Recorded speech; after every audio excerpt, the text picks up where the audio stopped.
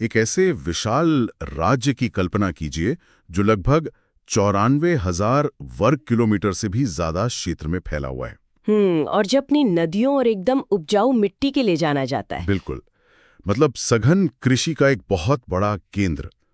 लेकिन यहीं पर एक बहुत बड़ा विरोधाभास सामने आता है। कैसा विरोधाभास? देखिए, इतने बड़े भौगोलिक क्षेत्र का मुश्किल से 7.8% हिस्सा ही वास्तविक जंगलों से ढका हुआ है। अच्छा, हाँ, ये आंकड़ा तो वाकई सोचने पर मजबूर करता है ना? तो आज की इस विस्तृत चर्चा का जो केंद्र बिंदु है वो यही विरोधाभास है। हम लोग बिहार की वन स्थिति और उसके हरित आवरण का गहराई से विश्लेषण करने वाले हैं। और इसके लिए हमने दो बहुत ही प्रामाणिक स्रोतों को आधार बनाया है। एकदम सही। पहला है भारत वन स्थिति रिपोर्ट, मतलब जिसे हम ISFR 2021 कहते हैं। और दूसरा है हाल ही में जारी हुआ बिहार आर्थिक सर्वेक्षण 2025-26। हाँ, तो हमारा लक्ष्य सिर्फ कागजी आंकड़ों को पढ़ना नहीं है, बल्कि इस डेटा के पीछे जो असली इकोलॉजी का तंत्र चल रहा है ना, उससे डिकोड करना है। बिल्कुल। और देखिए, इस पूरे परिदृश्य को समझने के लिए ना, सबसे पहले हमें राज्य के भौगोलिक आकार और उसमें हरियाली के समग्र हिस्से को देखना होगा। तो शुरुआत कहाँ से करें? जैसे आपने बताया कि कुल क्षेत्रफल 94,163 वर्ग किलोमीटर है, तो नवीनतम रिपोर्टों के अनुसार कुल हरित क्षेत्र 10.32% है। 10.32%। पर क्या ये आंकड़ा पूरी तस्वीर साफ करता है? असल में यही कैच है।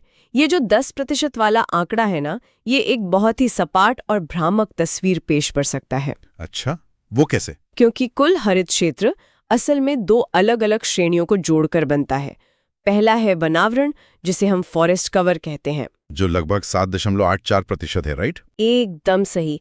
और दूसरा है वृक्षावरण या ट्री कवर, जो लगभग 2.48% है। असली कहानी इन दोनों के तकनीकी अंतर में ही है।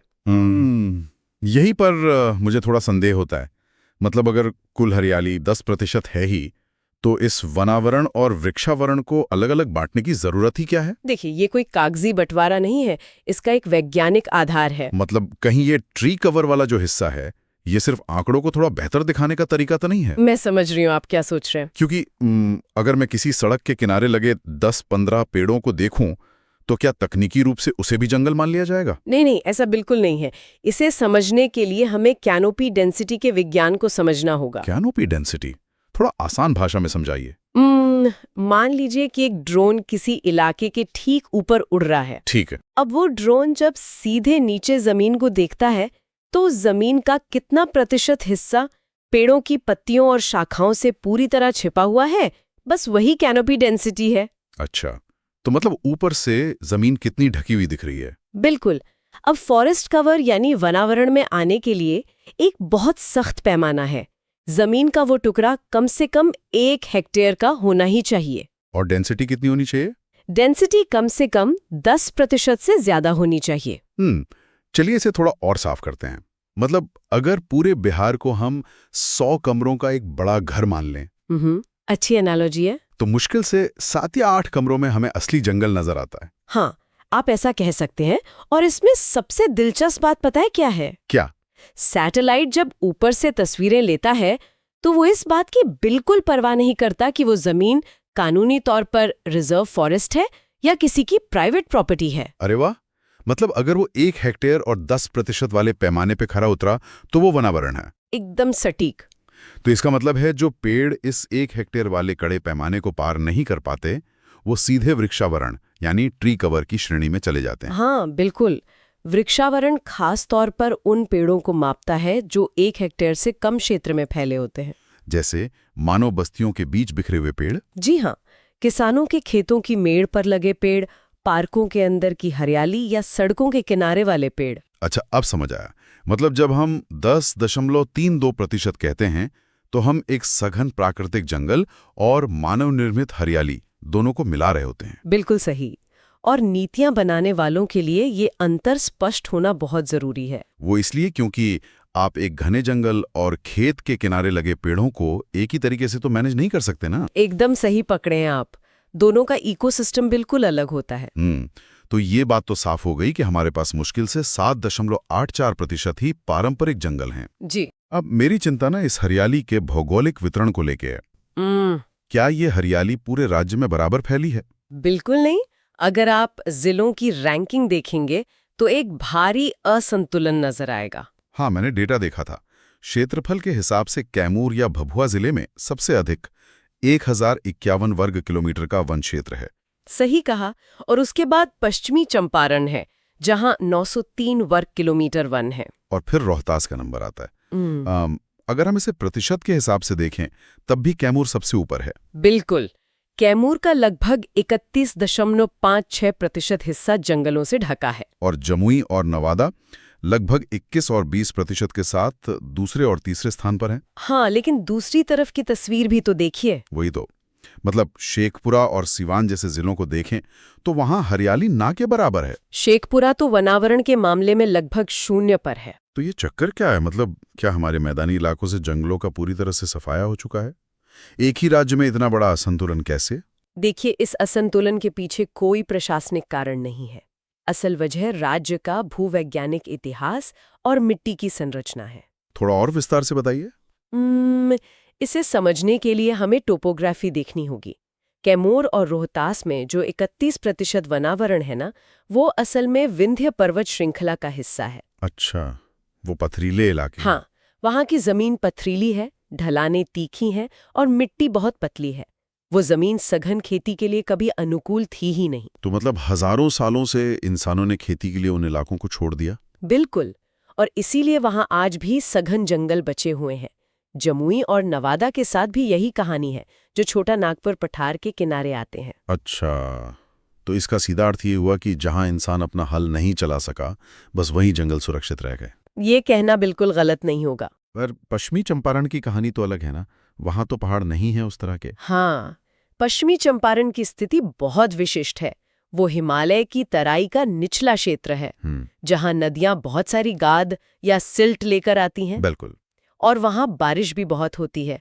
तो ये सब मिलकर एक ऐसा माइक्रो क्लाइमेट बनाते हैं जो घने जंगलों के लिए एकदम परफेक्ट है। और अगर हम शेखपुरा, सिवान या मध्य बिहार के गंगा के मैदानी इलाकों की बात करें तब वहां तस्वीर एकदम पलट जाती है। गंगा और उसकी सहायक नदियों ने हजारों सालों तक वहां हर साल नई और उपजाऊ जलोढ़ मिट्टी बिछाई है। और जाहिर है वो दुनिया की सबसे उपजाऊ जमीनों में से एक है। एकदम सही। और जहां जमीन इतनी उपजाऊ होगी, वहां बढ़ती आबादी और खाद्य सुरक्षा की जरूरतें हावी हो जाएंगी। तो इंसानों ने उन सभी हिस्सों को खेत में बदल दिया जहां कभी पेड़ हुआ करते थे। यही इस भारी असंतुलन का मूल कारण है। मैदानी इलाकों में कृषि के विस्तार ने जंगलों को साफ कर दिया। मतलब शेखपुरा का लिस्ट में सबसे नीचे होना कोई संयोग नहीं है, ये तो हमारी कृषि प्रधान सभ्यता का नतीजा है। बिल्कुल। ये डेटा हमारे राज्य के इतिहास का एक सीधा आईना है।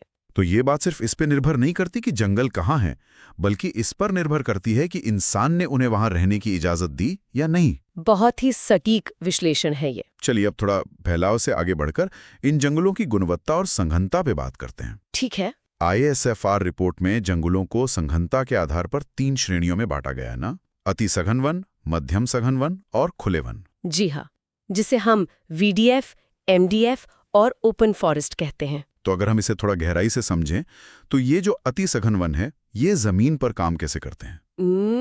अति सघन वनों को आप एक बहुत ही एक्सक्लूसिव VIP क्लब की तरह सोच सकते हैं। VIP club? वो कैसे? देखिए, यहाँ सिर्फ सबसे ऊंचे और ताकतवर पेड़ ही अपना कब्जा बनाए रखते हैं। इन वनों में कैनोपी डेंसिटी 70% से भी ज्यादा होती है। बाप रे, 70%? मतलब ऊपर से लगभग पूरे ही ढका हुआ है। बिल्कुल। सबसे ऊंचे पेड़ों ने अपनी शाखाओं को इस तरह गूंथ लिया है कि वो सूरज की 70% रोशनी को ऊपर ही रोक लेते हैं। पर एक बात बताइए, अगर सूरज की रोशनी जमीन तक नहीं पहुंच पा रही है तो नीचे जो छोटे पौधे या झाड़ियां हैं उनका क्या होता है? वही तो सबसे दिलचस्प बात है। वो तो रोशनी के बिना सूख जाएंगे ना? नहीं, वहाँ एक बिल्कुल ही अलग तरह का इकोसिस्टम पनप जाता है जो कम रोशनी और बहुत ज्यादा नमी में जिंदा रहने के लिए बना होता है। अच्छा, और बिहार में ऐसे अति सघन वन कहाँ हैं? ये मुख्य रूप से पश्चिमी चंपारण में ही बचे हैं, जहां हमारा एकमात्र वाल्मीकि नगर टाइगर रिजर्व है। ओहो, वाल्मीकि टाइगर रिजर्व। और यहाँ ये समझना बहुत जरूरी है कि बाघ सिर्फ एक शिकारी नहीं है, बल्कि इकोलॉजी में वो एक अम्ब्रेला प्रजाति है। अम्ब्रेला प्रजाति, ये टर्म थोड़ा नया है, मतलब एक छाते की तरह। बिल्कुल। इसका अर्थ ये है कि अगर आप टॉप के एक शिकारी को बचा रहे हैं तो अनजाने में आप पूरी की पूरी खाद्य श्रृंखला को बचा लेते हैं। अच्छा, क्योंकि बाघ को जिंदा रहने के लिए हिरण या जंगली सुअर जैसे शिकार चाहिए। हाँ, और उन शाकाहारी जानवरों को खाने के लिए खास तरह की घास और वनस्पतियां चाहिए। और उन वनस्पतियों को बचाने के लिए उस पूरे जंगल, मिट्टी और जल स्रोतों को बचाना होगा। एकदम सही। तो बाघ उस पारिस्थितिक छाते का टॉप है। जब आप बाघ को बचाते हैं तो उसके नीचे का पूरा जंगल अपने आप सुरक्षित हो जाता है। अरे वाह, ये अतिसघन वनों का महत्व बहुत अच्छे से स्पष्ट करता है। लेकिन जो डेटा है ना, वो एक और बात बताता है। कौन सी बात? ये कि इस वीआईपी क्लब वाले वनों का दायरा बहुत ही छोटा है। बिहार में जंगलों का जो सबसे बड़ा हिस्सा है वो तो खुले वनों का है। हाँ, लगभग 3762 वर्ग किलोमीटर का क्षेत्र है ये। तो इन खुले वनों में तो कैनोपी डेंसिटी सिर्फ 10 से 40% के बीच होती है। जी। अब यहाँ से कहानी और भी रोचक हो जाती है। मतलब अगर अति सघन वन एक खचाखच भरी लोकल ट्रेन है जहां रोशनी भी नहीं आती, तो ये खुले वन तो एक बड़े हवादार पब्लिक पार्क जैसे हुए ना। एनालॉजी तो बहुत अच्छी है, पर असल में ये पब्लिक पार्क होना ही इनकी सबसे बड़ी कमजोरी है। कमजोरी? वो कैसे? यहाँ तो रोशनी आराम से पहुंच रही है। रोशनी तो पहुंच रही है, लेकिन ये खुले वन मानव बस्तियों और कृषि भूमि के बहुत करीब होते हैं। अच्छा, तो इंसानी दखलंदाजी ज्यादा होती है। बिल्कुल। रोशनी के साथ साथ वहाँ कुल्हाड़ियाँ, पालतू मवेशी और इंसान भी सबसे ज्यादा पहुंचते हैं। तो लकड़ी बीनने और जानवर चराने का भारी दबाव रहता होगा। इतना ज्यादा दबाव होता है कि नए छोटे पौधे कभी बड़े पेड़ बन ही नहीं पाते। मवेशी उन्हें पहले ही खा जाते हैं। इसका मतलब है इन खुले वनों का क्षरण यानी डिग्रेडेशन सबसे तेजी से हो रहा है। एकदम सही। और इसीलिए वन विभाग के सामने सबसे बड़ी चुनौती सिर्फ नए पेड़ लगाना नहीं है, बल्कि इन खुले वनों को बचाकर वापस मध्यम सघन वनों की श्रेणी में लाना भी है। ये वाकई एक बहुत गंभीर स्थिति है। जो जंगल हैं वो भी इंसानी दबाव के कारण सिकुड़ रहे हैं। हाँ, ये एक कड़वी सच्चाई है। तो क्या इस पूरी तस्वीर में कोई सकारात्मक बदलाव भी हो रहा है? अगर हम इन रिपोर्टों के नए ट्रेंड्स देखें तो कुछ अच्छी बातें भी हैं। जैसे बांका, जमुई और गया जिलों में वनावरण में थोड़ी वृद्धि दर्ज की गई है। जी, लेकिन वहीं कैमूर और सुपौल जैसे जिलों में थोड़ी गिरावट भी आई है। ये तो बड़ा विरोधाभासी है। एक तरफ बढ़ रहा है और दूसरी तरफ घट रहा है।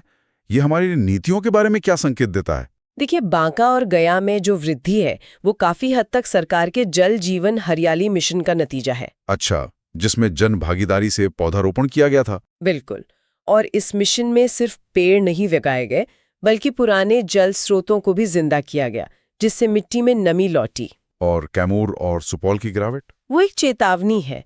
ये दिखाती है कि सड़क निर्माण या खेती के विस्तार के कारण हमारे प्राकृतिक जंगलों पर अभी भी बहुत भारी दबाव है।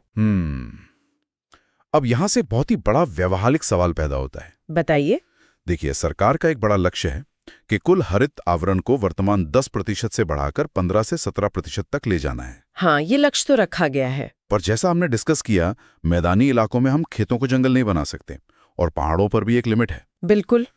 तो ऐसे में सरकार कृषि वानिकी यानी एग्रो फॉरेस्ट्री पर बहुत जोर दे रही है, मतलब किसानों के खेतों की मेड़ पर पेड़ लगवाना। हाँ, ये एक प्रमुख रणनीति है। पर मुझे एक बात बताइए, क्या ये 15-17% तक पहुंचने का कोई टिकाऊ समाधान है? आपको ऐसा क्यों लगता है कि ये टिकाऊ नहीं है? मेरी शंका ये है कि किसान पेड़ लगाएगा, पर 5 या 10 साल बाद आर्थिक लाभ के लिए उसे काट भी तो देगा ना। तो ये तो बस एक अस्थायी हरियाली हुई जो कुछ साल बाद गायब हो जाएगी। अगर हम इसे व्यापक परिप्रेक्ष्य में देखें तो ऐसा नहीं है। कैसे? अगर हम सिर्फ लकड़ी कटाई के नजरिए से देखेंगे तो हाँ, ये अस्थायी लगेगा, लेकिन इसका जो आर्थिक और पारिस्थितिक चक्र है वो बहुत अलग है। अच्छा, थोड़ा आसान करके समझाइए। देखिए, जब किसान पेड़ लगाता है तो वो 5-10 साल तक वहीं खड़े रहते हैं। इस दौरान वो मिट्टी का कटाव रोकते हैं, भूजल स्तर को रिचार्ज करते हैं। पर्यावरण को फायदा तो हो रहा है। और जब किसान पेड़ काटता है तो वो उस जगह को खाली नहीं छोड़ता। उसे अपनी इनकम चालू रखनी है तो वो तुरंत नए पौधे लगा देता है। अच्छा, मतलब ये एक कॉन्टिन्यूअस रोटेशन बन जाता है। बिल्कुल। एक तरफ के पेड़ कट रहे होंगे तो दूसरी तरफ के बड़े हो रहे होंगे, तो कुल मिलाकर कुछ ना कुछ हरियाली हमेशा मौजूद रहेगी। ये पॉइंट तो है। और एग्रो फॉरेस्ट्री में सिर्फ इमारती लकड़ी ही नहीं आते, आम, लीची या अमरूद के बाग भी तो आते हैं। हाँ, और वो तो दशकों तक बिना कटे खड़े रहते हैं। बिल्कुल। देखिए, बिहार जैसे घनी आबादी वाले राज्य में जहां जमीन का हर इंच कीमती है, आप रिजर्व फॉरेस्ट के भरोसे 15% का लक्ष्य कभी हासिल नहीं कर सकते। सही बात है। जब तक किसान को सीधा फायदा नहीं दिखेगा, वो अपनी उपजाऊ जमीन पर पेड़ क्यों ही लगाएगा? एकदम सही। कृषि वानिकी इस लक्ष्य को सीधे किसान की जेब और आजीविका से जोड़ देती है। तो ये पर्यावरण संरक्षण को देखने का एक बहुत ही यथार्थवादी नजरिया है। बिल्कुल। तो अगर हम आज के इस पूरे विश्लेषण को समेटें, तो हमने देखा कि कैसे उस 10.32% के पीछे एक बहुत ही बारीक विज्ञान काम कर रहा है। हाँ, हमने वनावरण और वृक्षावरण का अंतर समझा। और ये भी देखा कि कैसे कैमूर के पहाड़ों से लेकर शेखपुरा के मैदानों तक जमीन और इतिहास ने हरियाली का नक्शा तय किया है। और वाल्मीकि टाइगर रिजर्व के अति सघन वन का महत्व भी। बिल्कुल। और ये भी कि ISFR के आंकड़े सिर्फ स्थिर नंबर नहीं हैं, वो हमें खुले वनों पर इंसानी दबाव की असली कहानी बताते हैं। सुनने वालों के लिए ये समझना बहुत जरूरी है कि 2021 का ये डेटा अभी भी हमारे लिए सबसे मानक और आधिकारिक तस्वीर पेश करता है। तो इस सब का असल मतलब क्या है? आज की चर्चा को समाप्त करते हुए एक बहुत ही गहरा सवाल मेरे दिमाग में आ रहा है। क्या सवाल है वो? अगर बिहार में 15 से 17% हरियाली का लक्ष्य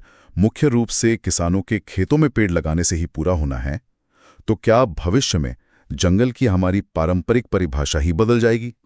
ये तो सोचने वाली बात है। मतलब क्या आने वाले दशकों में बिहार के असली वन किसी दूर पहाड़ या बिहड़ में नहीं, बल्कि किसानों के खेतों के बीच उनकी धान और गेहूं की फसल के साथ कतारों में लहलहाते नजर आएंगे? क्या खेत और जंगल के बीच की रेखा हमेशा के लिए मिट जाएगी? खैर, इस विचारोत्तेजक प्रश्न के साथ आज के इस गहन विश्लेषण को हम